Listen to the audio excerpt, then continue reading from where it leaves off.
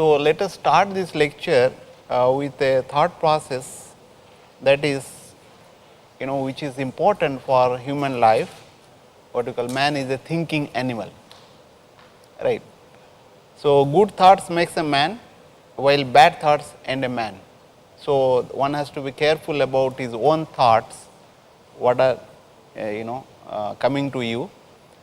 And let us now go back to our discussion on thermodynamics, and in the last lecture we discussed basically the gas power cycles. In that we looked at the example of Otto cycle, what we call a spark ignition engine also, because spark ignition engine is modeled using the Otto cycle, and also it is known as gasoline engine.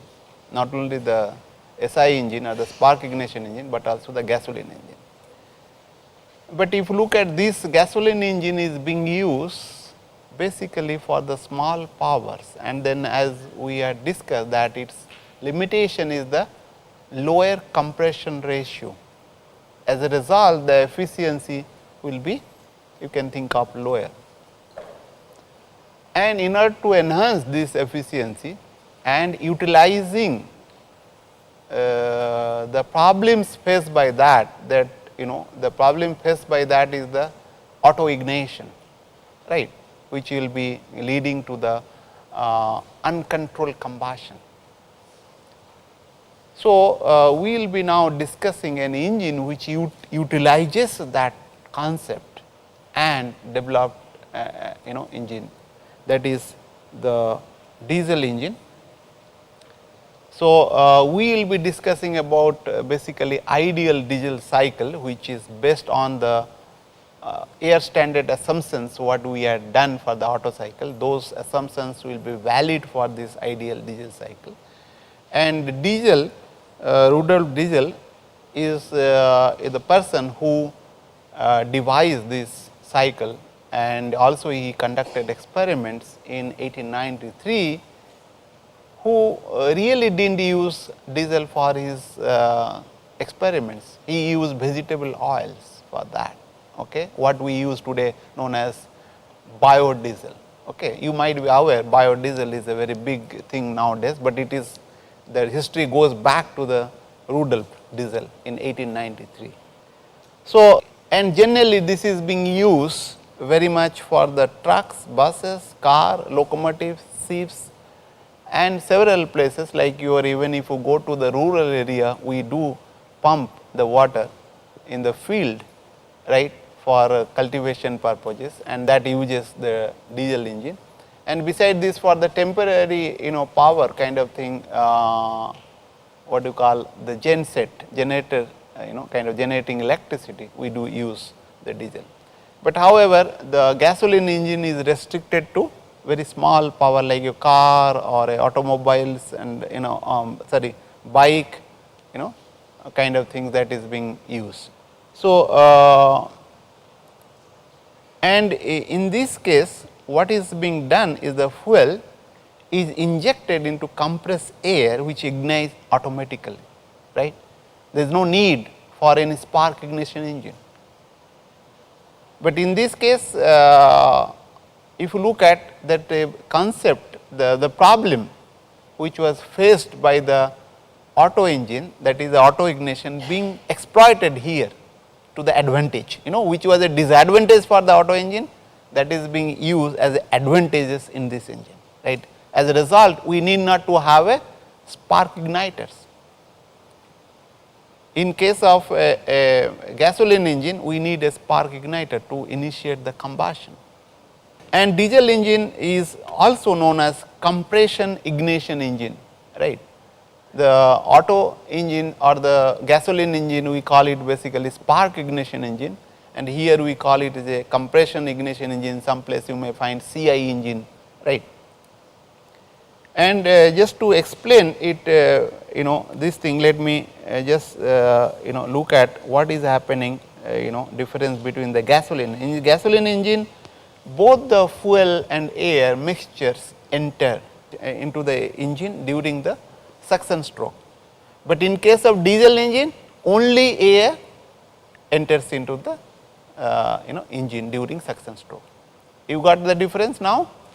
And then in the compression, in the gasoline engine, both the fuel and air mixture are compressed. When the piston moves up, it get compressed, and then it will, spark will come and again the piston will move down, and that is of course shown here in this diagram for known as the power stroke. Okay. But in case of diesel engine, that air is compressed, not the fuel air mixture, as in the case of gasoline engine. And then when it what you call compressed and the pressure will be increasing, so also the temperature. And then the fuel is injected using basically a spray, it is a liquid fuel directly injected, right. And there will be droplet, is quite a complex phenomena. Spray will be there will be small droplet, larger droplets, and then there will be mixing in between, and then it will ignite off, because the temperature is much higher than the auto ignition temperature. Let me emphasize again, earlier the auto ignition is a problem, but here it is a solution for igniting the mixture, kind of thing. As a result, like you can use the higher compression ratio in this case. Of course, you will have to pay a penalty. You might have observed whenever you are going in a truck and other things, that noise level is higher, and even diesel car has come up, that noise level and vibration also higher. So therefore, the life of a diesel engine is less as compared to the what you call gasoline engine. That is why the diesel engine should be made heavy little bit to absorb the what you call vibration created by the engine.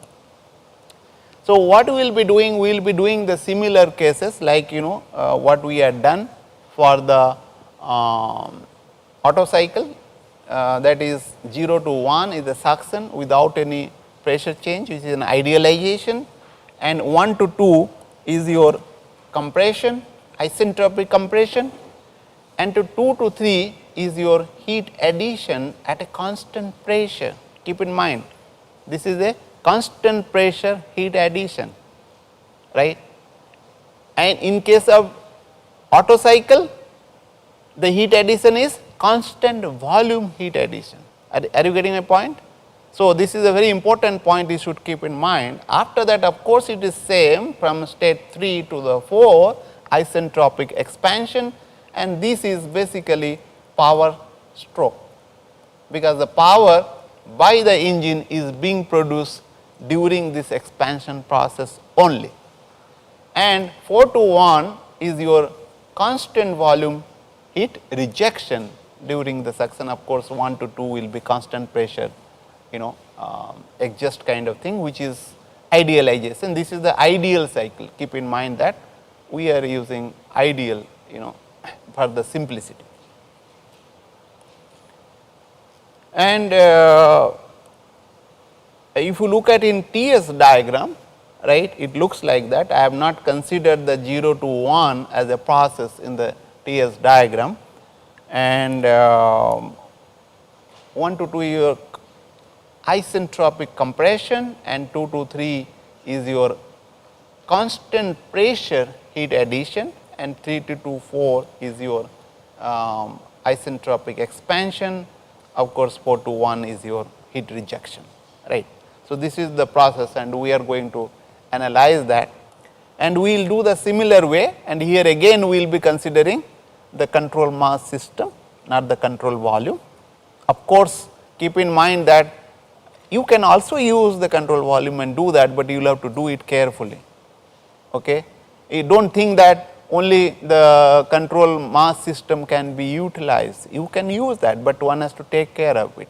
Any problem, thermodynamic problem, can be solved either by the control volume or the control mass, but in one case it will be simpler, other case will be little complex, that is all. Here we are taking the control mass system because it will be simpler one. Okay. So the thermal efficiency is basically equal to the net work done divided by the Q in, and net work done we know that Q in minus Q out, right, that is the net work done, and divided by the Q in will give me the thermal efficiency, and we are always interested to find an expression for the thermal efficiency and also the work done.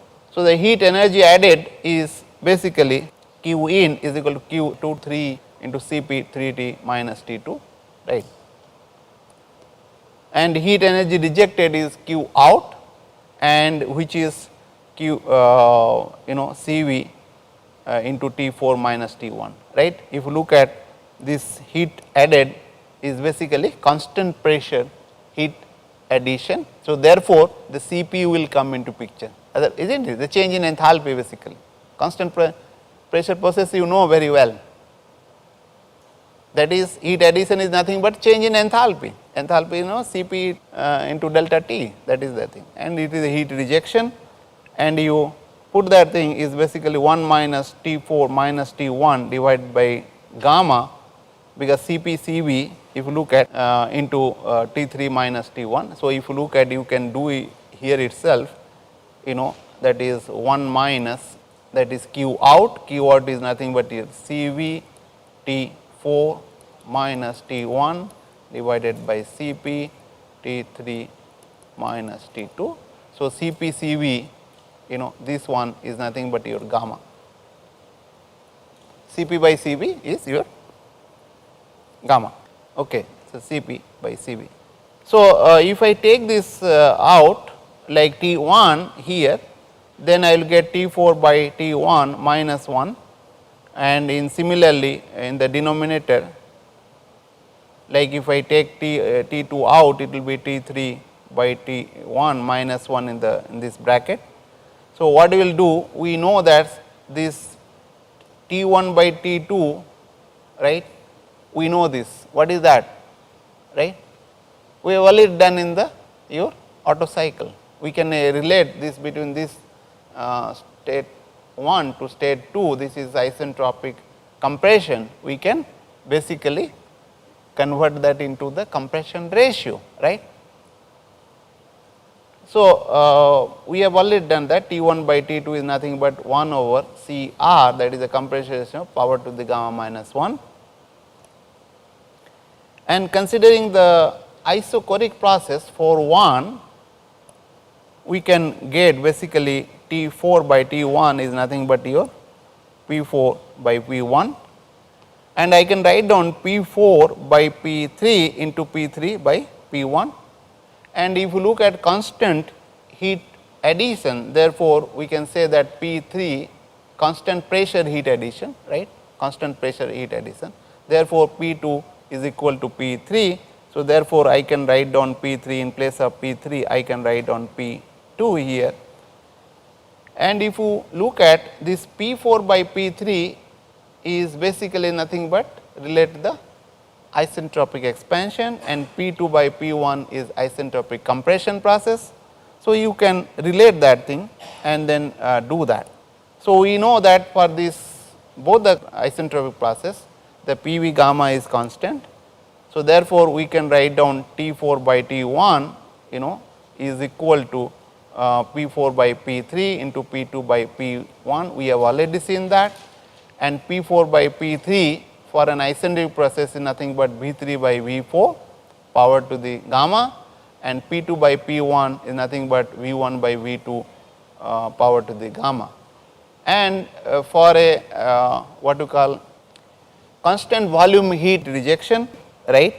So, therefore, this V4 is equal to V1 for isochoric process,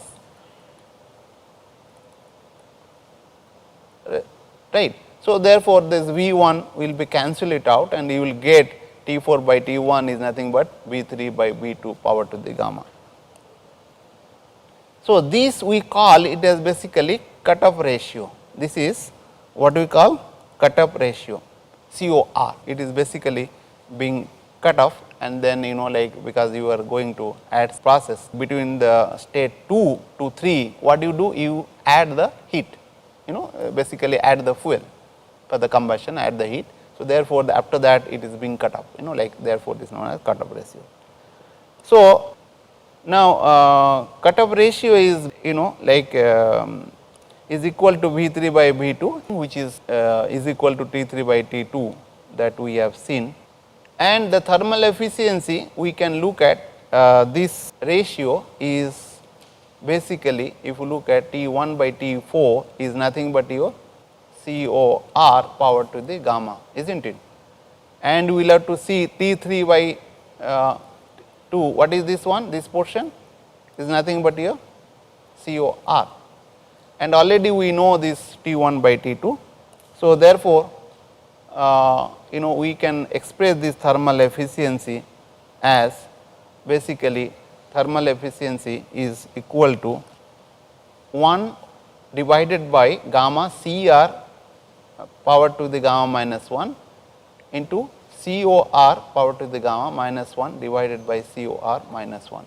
So, if you look at now, the thermal efficiency is function of not only the compression ratio, but also the cut-off ratio apart from the gamma. That means, one more variable has come into picture for a diesel engine, right.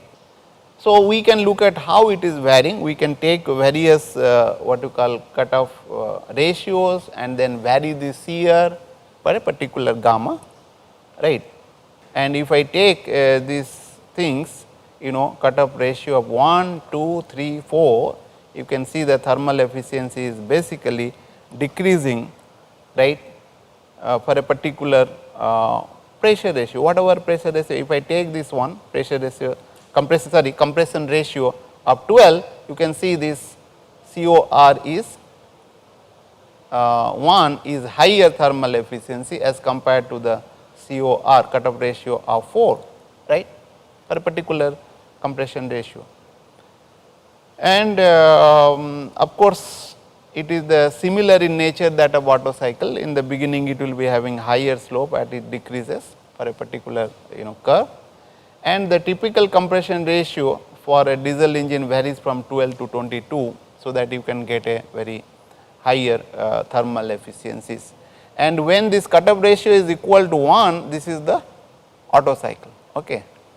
And if it is of course different than 1, will be a diesel cycle kind of things, depending upon that.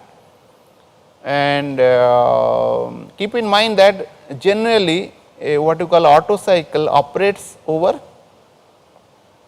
what you call around 8 to 10, 11 something people use even kind of things, not beyond really 12, but this engine start from beyond 12, right.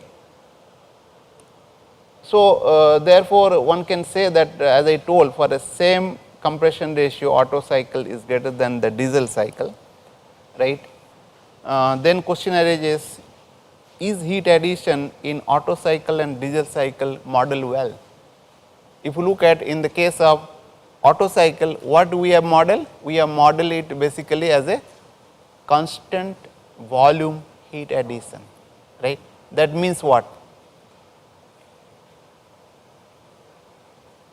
It will be very fast process, right, because volume will not be changing. If you look at the engine is moving, right, all the time it will be piston will be moving, right. You are saying instantly it will be combustion taking place. And the diesel cycle, if you look at, it is a constant pressure process, like, right, the pressure is remaining constant, right. So, which is not really the true model if you look at, both the cases is not possible.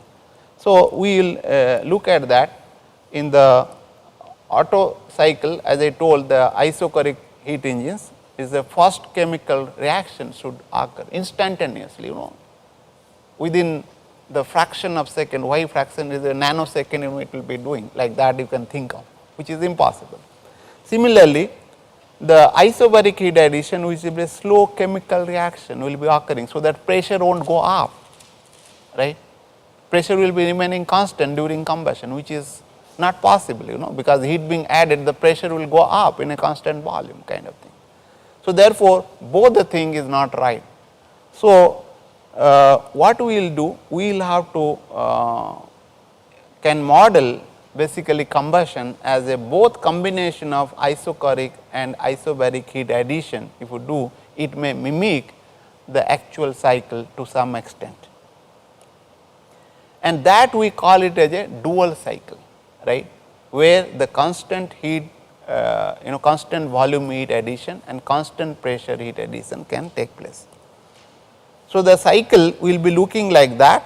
If you look at 1 to 2 compression, isentropic compression will be same, but and 4 to 1 isentropic expansion, it is the same as the either the Otto or the diesel cycle, and constant volume heat rejection all are same. Only the difference is that here we are saying it is a combination of 2 to 3, that is a isochloric heat addition, and 3 to 4 is a constant pressure heat addition. That is the difference what we are saying. Basically any engine will be combination of that we are saying, and that is the dual cycle. And the thermal efficiency, if you look at, we can find it out, basically 1 minus Q out by Q in, and that is the constant heat addition between station 2 to 3, constant volume heat addition, that is Cv 3 minus T2, and constant pressure heat addition, that is Cp T4 minus T3, right. This is the thing what will be, or of course the Q out will be constant volume heat rejection. So, if you look at now, if I substitute this heat rejection constant volume, that is Cv T5 minus T1, and here, right, and divided by the, this is the constant volume heat addition and constant pressure heat addition.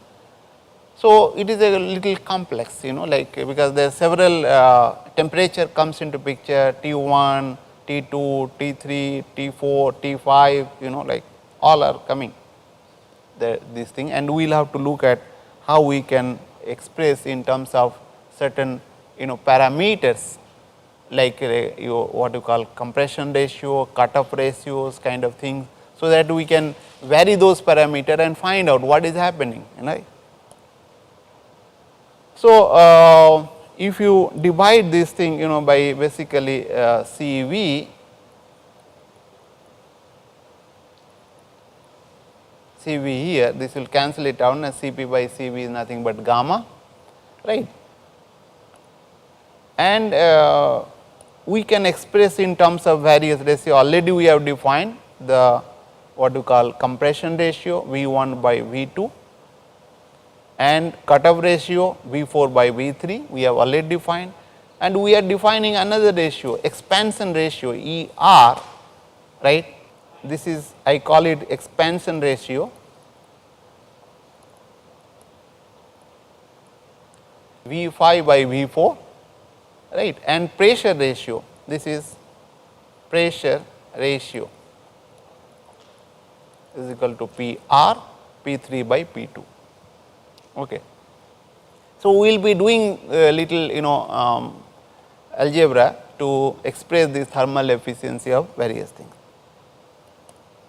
So, we know that ER, that is expansion ratio, is basically V5 by V4, and I can write down basically V5 is equal to V1 here, right. V5 is equal to V1 because of isochloric heat rejection. So, therefore, I can write down in place of V5 V1, V1 by V4, and I can also write down V1 by V2 into V2 by V4, and V2 is nothing but your V3 isochloric heat addition, right. So, therefore, this is the process if you look at. So, therefore, I can write down basically V1 by V2 into V3 by V4, and we know that this is V1 by V2 is nothing but your CR, yes or no. See, this is your CR, and V4 by V3 is nothing but 1 by what you call COR. So, ER is equal to CR by COR, right. And if you look at the cutoff ratio, that is V4 by V3 is equal to T4 by T5 into P3 by T3, and we know that P4 is equal to P3 for a constant pressure heat addition. So, therefore, that becomes, this will cancel it out. So, therefore, that becomes T4 by T3, and therefore, we can what you call express the T3 in terms of T4 by COR, because now we are expressing this thing, and keep in mind that what we will be doing, all this temperature we will be expressing in terms of T4, right, in terms of T4. So, for the process 2-3 is nothing but P2 by T2 is equal to P3 by T3, because it is a constant volume heat addition between the state 2 to 3. So, therefore, we can write down T2 is equal to T3 into P2 by P3, and already we know that T3, right, that is your T4 by COR, and this one is nothing but 1 by PR by definition, pressure ratio, right. So, therefore, we are now getting T2 we are getting, right, in terms of T4. Similarly, for the process 1 to 2, we can get T1 divided by T2 is nothing but V2 by V1 power to the gamma minus 1 is nothing but 1 over CR gamma minus 1, right. That we have already done for the both the what you call for the Otto cycle, right. And that is nothing but basically T1 is equal to T2 into V2 by VR. I am like, then you can express this T1 in terms of compression ratio. And if you look at the T1, right, because already we have calculated here T2 is nothing but your T4 by COR into 1 over PR. You just substitute these values here in place of this, and you will get, you are expressing T1 in terms of T4 and cutoff ratio, compression ratio and PR, right. Basically, what I am trying to do, expressing all the things here, in terms of T4, right. So, T1 is already we have done that. I am like, so for the process 4-5, I can get T5 by T4, right, is equal to V4 by V5 power to the gamma minus 1. Already we have defined this is ER power to the gamma minus 1, and we know that ER is equal to basically V5 by V4, and if you look at, I can say that V5 is, what is V5? V5 is equal to V1, right, isn't it? Because that is the your constant volume heat addition. So, therefore, V1 and divided by V2 I can say, and V4 by V3 and V2 by V3 is same for the constant volume heat addition, right. So, that is nothing but your what you call CR, this is by definition, and V4 by V3 is nothing but your COR. So, therefore, I can express the T5 in terms of T4 e power to the R, nothing but this thing for ER is equal to CR by COR. Therefore, you can put these values here. Again, we are expressing T5 in terms of T4 and other ratios. And already I think we got this T3 is equal to T4 by CR, and T2 already we got that T4 by COR into 1 over PR. So, if you substitute these values, what you call T5 here, right, and T1 already we know, right, T1 is here, right, and T3 and all those things we have expressed. If you express that thing here, right, and simplify it, you can get basically is equal to 1 minus 1 over CR power to the gamma minus 1 into COR, that is cutoff ratio power to the gamma, into PR pressure ratio minus 1 divided by the PR minus 1 plus gamma PR into COR minus 1 in this bracket. So, if you look at in this process, we have reduced one variable, right, which we had defined, that is expansion ratio is not coming in this expression. So, therefore, if you look at apart from the CR and cutoff ratio and gamma, there is another variable which has come into picture in case of dual cycle, that is the pressure ratio, right. So, one can do that and then express it kind of things. So, we will be I mean like you can see that this will be trying to mimic the actual cycle to some extent, not real to the greater extent, but however it is better than this. This is known as a dual cycle.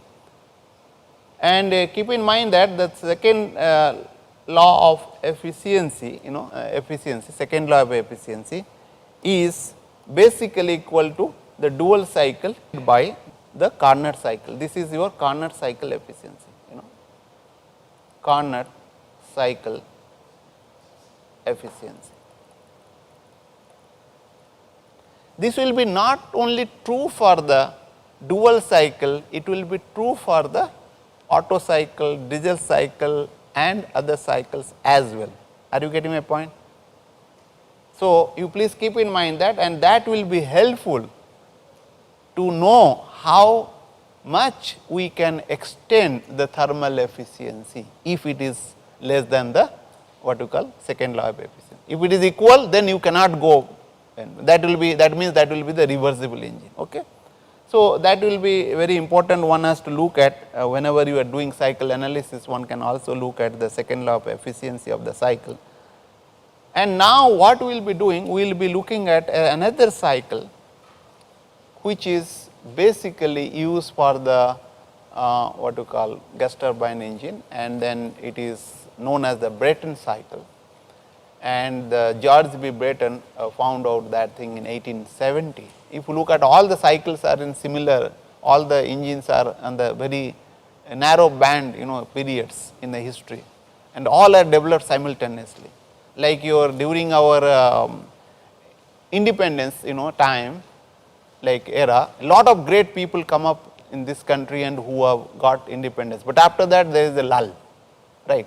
So, before that also there is a lull. So, that is the kind of things what happened during that Renaissance period we call, and it basically these gas turbine engines find application in aircraft, power generations, even the ship, like for propelling a ship, big ships and other thing.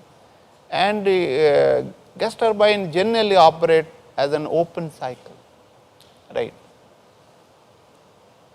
And if you look at, it is having the component of a compressor, like it is similar way you will have to compress the air or the gas air from state 1 to the 2, and then there will be some combustion, combustor will be there. This is basically a combustors which we will be modeling it as a heater, because we will be doing air standard analysis, and then it will be expanded in a turbine which will give me the work, right. If you look at this, will give me the work, right, and this work also supplied to the compressor, because the work from the turbine will be supplied to the compressor, so that it can go, because you will have to supply work to the compressor. But what we will be modeling it as basically a closed cycle, although it operates on the open cycle, right. We will be saying that look, the heat rejection will be taking place a cooler, and so that it will be closed, and we will be modeling it as a closed cycle, right. And air standard cycle, that means in the combustor is replaced by a heater, as if combustor is external, and keep in mind this is known as also a internal combustion. Combustor is a part of the engine, but in this case we are saying look, it is away, it is giving only the heat for this our analysis. So, I have already shown you this picture, again I am putting it. So, if you look at this is your what you call compressors, of course there will be a low pressure compressor, high pressure compressor, anyway it is a compressor, and this is your combustion chamber, it is a very tiny one, if you look at this is your combustion chamber, and then it is expanded in the turbine, these are all turbines, and you will get the, of course, in this engine, like you can get the power, and then particularly this engine is meant for the getting the thrust, and it is the gas has to be expanded in a nozzle. Okay.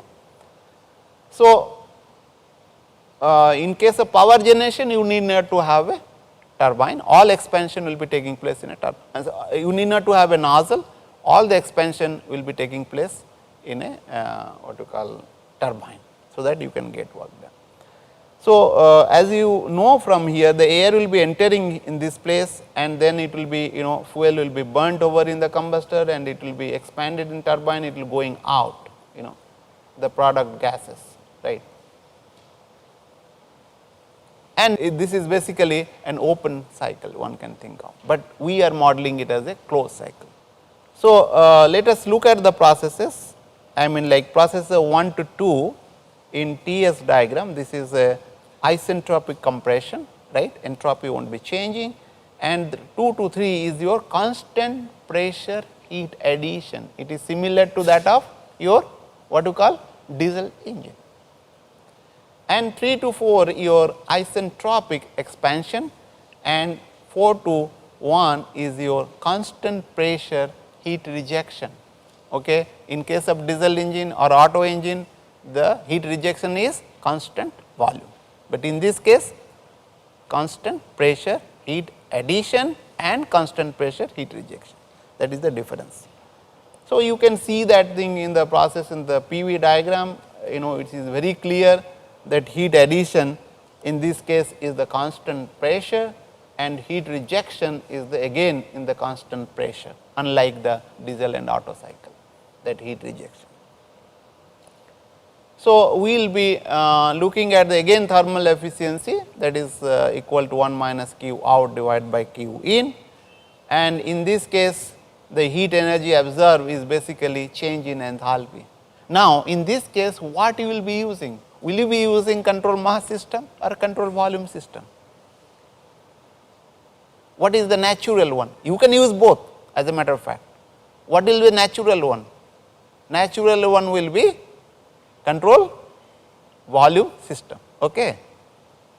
So, therefore, the Q in is basically change in enthalpy, right, that is nothing but Cp T3 minus T1. Keep in mind that we are considering the Cp as a constant, it is not a function of temperature, but in real situation it is not, it will be function of temperature. Okay. But in ideal cycle or air standard cycle is like that.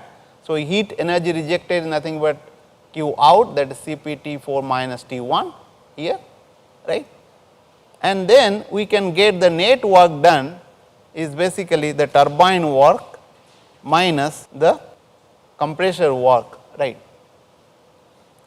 So, that is turbine work Cp T3 minus T4 and compressor work Cp into T2 minus T1, this process, this is your compressor. So, the net work will be basically Cp T3 I can take out, then I will get 1 minus T4 by T3. Similarly, in the compressor part I can take T1 out, that will be then in the bracket it will be T2 divided by T1 minus 1, right. And for isentropic process 1 2 we know T2 by T1 is equal to P2 by P1 power to the gamma minus 1 divided by gamma. And this ratio what we call is basically compression ratio, you can say that this is the compression ratio what we call, and we call it based on the pressure. So, I will be defining this as a PR, okay.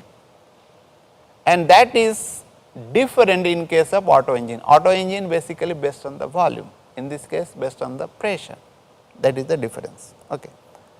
So, let us, as I told that it is the PR I am defining for isentropic process, and that is true for also the expansion process.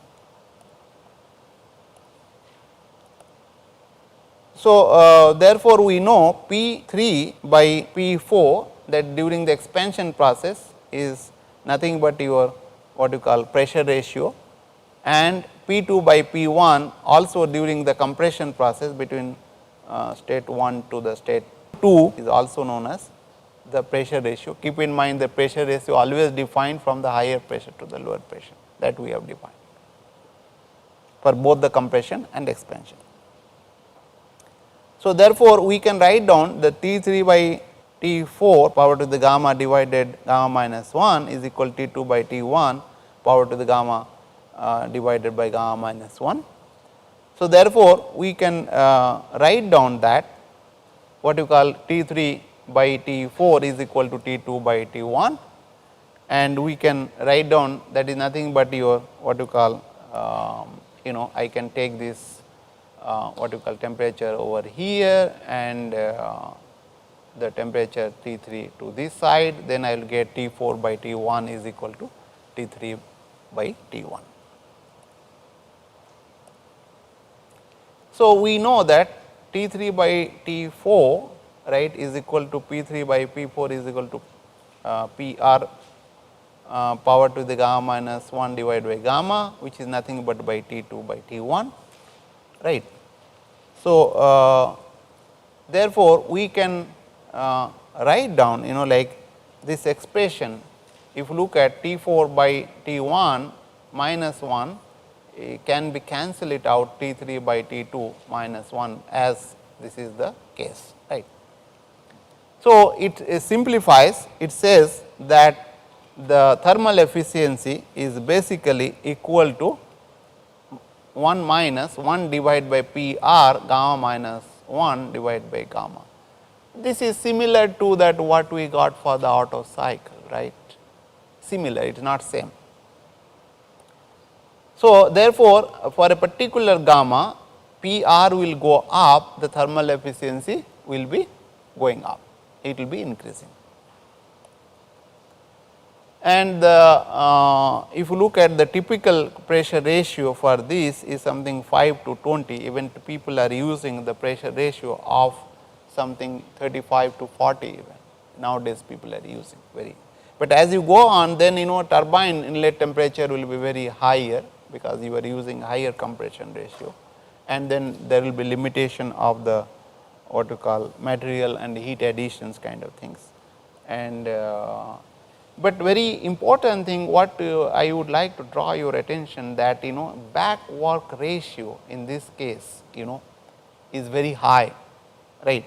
If you look at the something the 60 to 70% of the turbine work is utilized for pumping the gas in this case, whereas for a what you call steam power plant we have seen something 1 to 2% is negligibly small power is being utilized for pumping purposes. So, therefore, that you should even kind is basically guzzling that compressor is guzzling lot of power.